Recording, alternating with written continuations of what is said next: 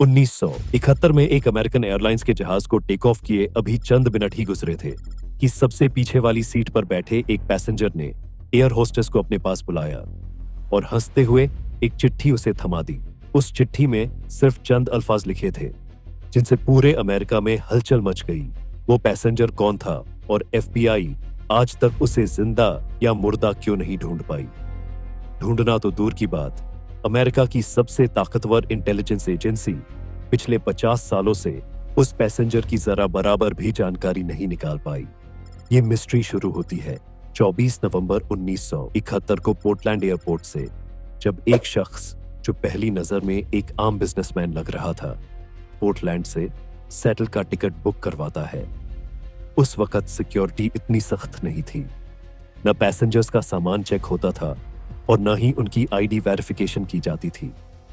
यह था एक बोइंग 727 जहाज और यह सफर सिर्फ 45 मिनट का था। एक शख्स सनग्लासेस और ब्रीफकेस के साथ प्लेन में आता है और प्लेन की सबसे पीछे वाली सीट पर जाकर बैठ जाता है। उसने अपने लिए एक ड्रिंक ऑर्डर की और साथ ही सिगरेट भी जलाई, क्योंकि 70 में प्लेन में स्मोकिंग अलाउड थी।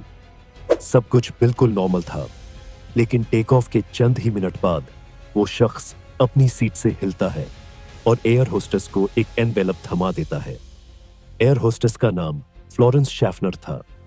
जब उसने ये चिट्ठी खोली तो उसके होश उड़ गए, क्योंकि उस चिट्ठी में लिखा था, मेरे पास बम है और मैं चाहता हूं कि तुम मेरे पास आकर बैठो।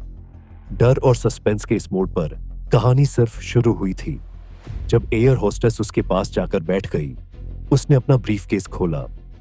ब्रीफकेस में कुछ रेड वायर और एक डेटोनेटर था, जो ये कंफर्म कर रहा था कि वो शख्स अपने कहने में सच था।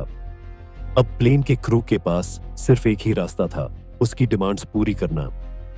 वो शख्स जिसका नाम बाद में DB.B कूपर रखा गया, उसने कुछ डिमांड्स रखी। उसको $2 लाख कैश में चाहिए थे, वो भी $20 के नोट्स में, और साथ ही उसने 2 पैराशूट्स और एक रिफ्यूलिंग ट्रक की डिमांड भी रखी, जो सिएटल एयरपोर्ट पर तैयार होना चाहिए था। जहाज में बैठे 35 पैसेंजर्स को अब तक इस हाईजैक के बारे में कुछ पता नहीं था। प्लेन सिएटल पहुंचता है और कूपर की डिमांड्स पूरी की जाती है। जहाज लैंड करने पर कूपर को पैसों से भरा एक बैग और 2 पैराशूट्स दे दिए गए और उसने पैसेंजर्स और कैबिन क्रू को छोड़ दिया, लेकिन पायलट्स और कुछ क्रू मेंबर्स को अपने साथ रख लिया। अब प्लेन एक बार फिर से टेक ऑफ करता है, लेकिन इस बार कूपर का इरादा कुछ और होता है। कूपर ने पायलट्स को कहा कि जहाज का एल्टीट्यूड 10,000 फीट पर रखे और स्पीड को 320 किलोमीटर प्रति घंटा तक लिमिट में रखे।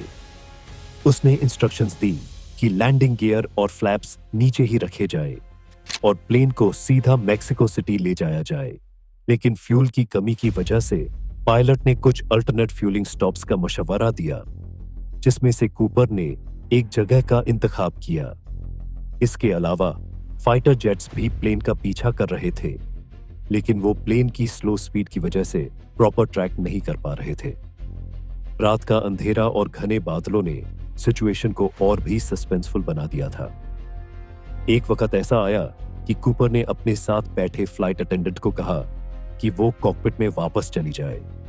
उसके बाद बस एक ही चीज देखी गई कि कूपर ने अपनी कमर पर कुछ बांधा और प्लेन के पिछले हिस्से से छलांग लगा दी।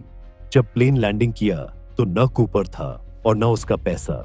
उसके बाद ड्रॉप लोकेशन का अंदाजा लगाकर एक सर्च एरिया डिफाइन किया गया। यह 45 स्क्वायर किलोमीटर का एरिया घने जंगल और पहाड़ों से घिरा हुआ है। सीरियल टीम और लैंड सर्च टीम ने इस पूरे एरिया का चप्पा चप्पा छान लिया, लेकिन ना तो कूपर का कोई नामो निशान मिला और ना ही कोई ब्रीफकेस मिला या फिर पैसे। हटा के इस पूरे एरिया में इतनी सर्दी थी कि सबको यही लगा कि कूपर मर गया होगा। लेकिन उसके बाद जो हुआ वह एफबीआई के वहमो गुमान में भी नहीं था। अमेरिकन हिस्ट्री में पहली बार एफबीआई ने इस केस के लिए पब्लिक से मदद मांगने शुरू की। कूपर का स्केच बनाया गया और $2 लाख के सीरियल नंबर भी अखबारों में छपवाए गए और कूपर के बारे में कोई भी जानकारी देने पर इनाम देने का वादा भी किया गया। उनका ख्याल था कि अगर कूपर जिंदा होगा तो वह पैसे कहीं ना कहीं जरूर खर्च करेगा। लेकिन हैरतअंगेज तौर पर उस सीरियल नंबर का एक भी नोट कभी भी कहीं भी दोबारा सामने नहीं आया। लेकिन मामला अभी खत्म नहीं हुआ था। करीब 9 सालों के बाद यानी 1980 में एक वाकया हुआ। वॉशिंगटन के कोलंबिया रिवर के किनारे एक बीच है जिसे टीना बार कहा जाता है। यहां एक बच्चा अपने पेरेंट्स के साथ खेल रहा था जब उसे रिवर के किनारे नोटों की 3 गांठियां मिलीं। ये भी $20 के नोटों की गांठियां थीं जो टोटल $5,800 बनती थीं। बच्चे के पेरेंट्स ये पैसे लेकर FBI के पास गए और खुशकिस्मती से इन नोटों के सीरियल नंबर वही थे जो कूपर लेकर गया था। कूपर हाईजैकिंग केस में 9 सालों के बाद ये पहली प्रोग्रेस थी। लेकिन बजाय केस को सुलझाने के इस वाकये ने केस को और उलझा दिया, क्योंकि ये पैसे ड्रॉप लोकेशन से करीब 27 किलोमीटर दूर पाए गए थे। पहले ये समझा गया था कि ड्रॉप जोन में गिरकर ये पैसे लुइस रिवर में बहते हुए कूपर से निकलकर कोलंबिया रिवर तक पहुंचे होंगे। लेकिन बाद में ये नोटिस किया गया कि कोलंबिया रिवर तो उल्टी दिशा में बहती है, यानी ये पैसे लुइस रिवर से होते हुए टीना बार तक किसी भी हालत में नहीं पहुंच सकते थे।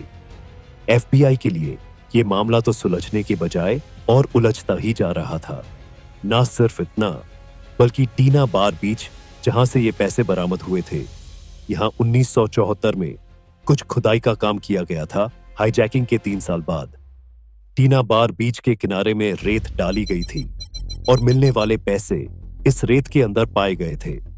इस इंफॉर्मेशन से तो ये जाहिर होता है कि या तो कूपर या फिर उसके किसी साथी ने जानबूझकर केस को सुलझाने के लिए 3 सालों बाद यहां आकर ये पैसे दफनाए थे।